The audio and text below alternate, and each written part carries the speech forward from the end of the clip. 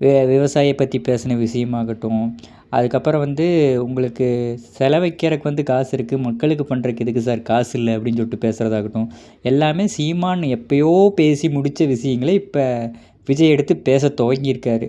இது எந்த மாதிரி அரசியல்னு புரியல.